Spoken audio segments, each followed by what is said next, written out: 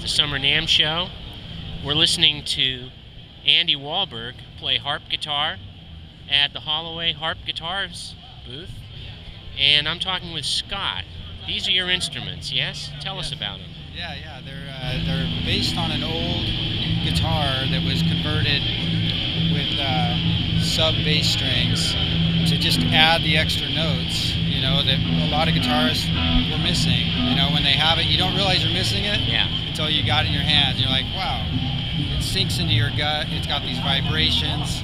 Your body really just, you know, feels it. So it's something that really adds a lot to the instrument. And a lot of people were fortunate enough to get these over the last few years. There's not a lot of them around.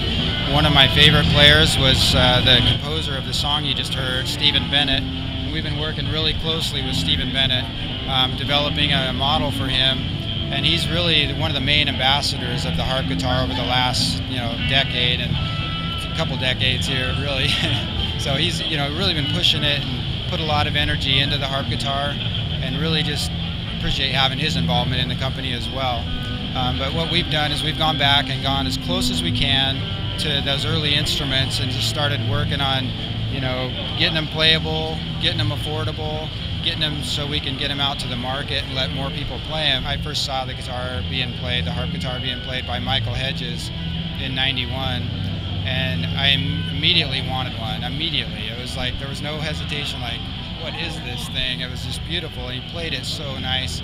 And I spent a few years looking for one. When I finally found one, it was broken down, hard to play. Never was able to get it to play, and eventually kind of gave up. But really, this is what I was looking for. Something that I could afford at that age, and something that would be just a nice, you know, accessible guitar to get me into it and get me started.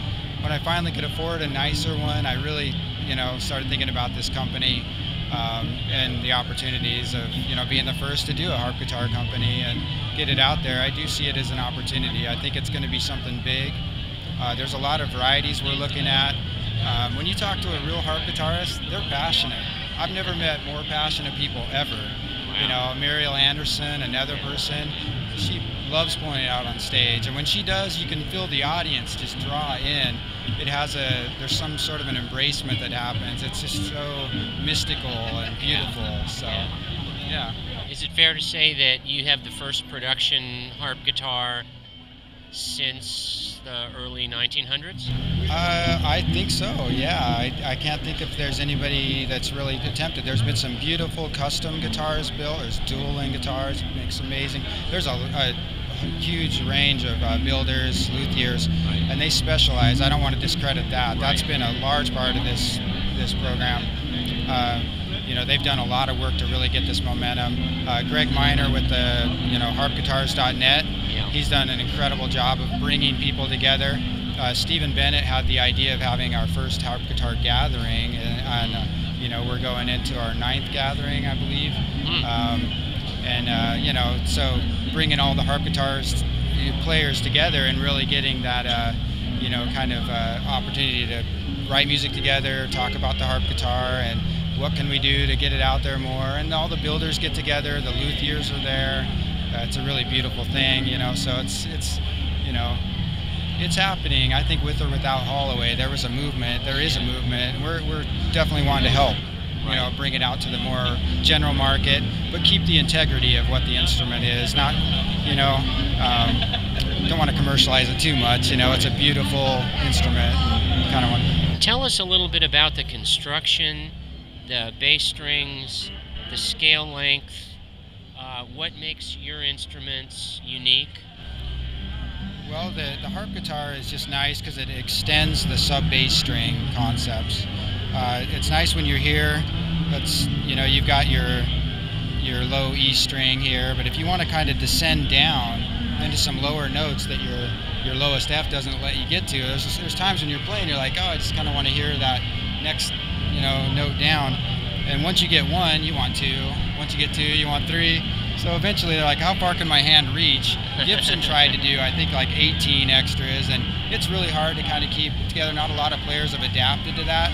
6 seems real comfortable. It's a really comfortable, you know, it adds the 6 extra notes in there. You can get all the way down to, there's a player here that goes, he puts 100 on here, and he gets all the way down to a low D. I mean, that's boom, you know, it just sinks in your chest when he plays. Right. He plays a lot of Leo Cocky songs on the harp guitar. It's really cool.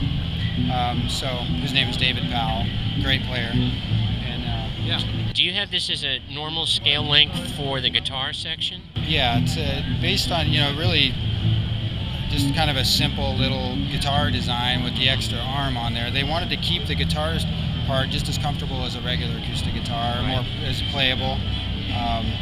So yeah, it's kind of based on just a basic guitar, so any guitarist really can grab one and play the guitar on it, and that's nice. And then we kind of tune a G here. A lot of people have adapted to that just because it's just a good you know, succession note, and it's when you're playing in like a drop D, it feels real good to have that G there. And then there's the D here. Once we hit the D, we just descend down. A lot of players will start with a D and just go D, drop to a C, then go B, then A, go down the scale all the way down to like a G or an F.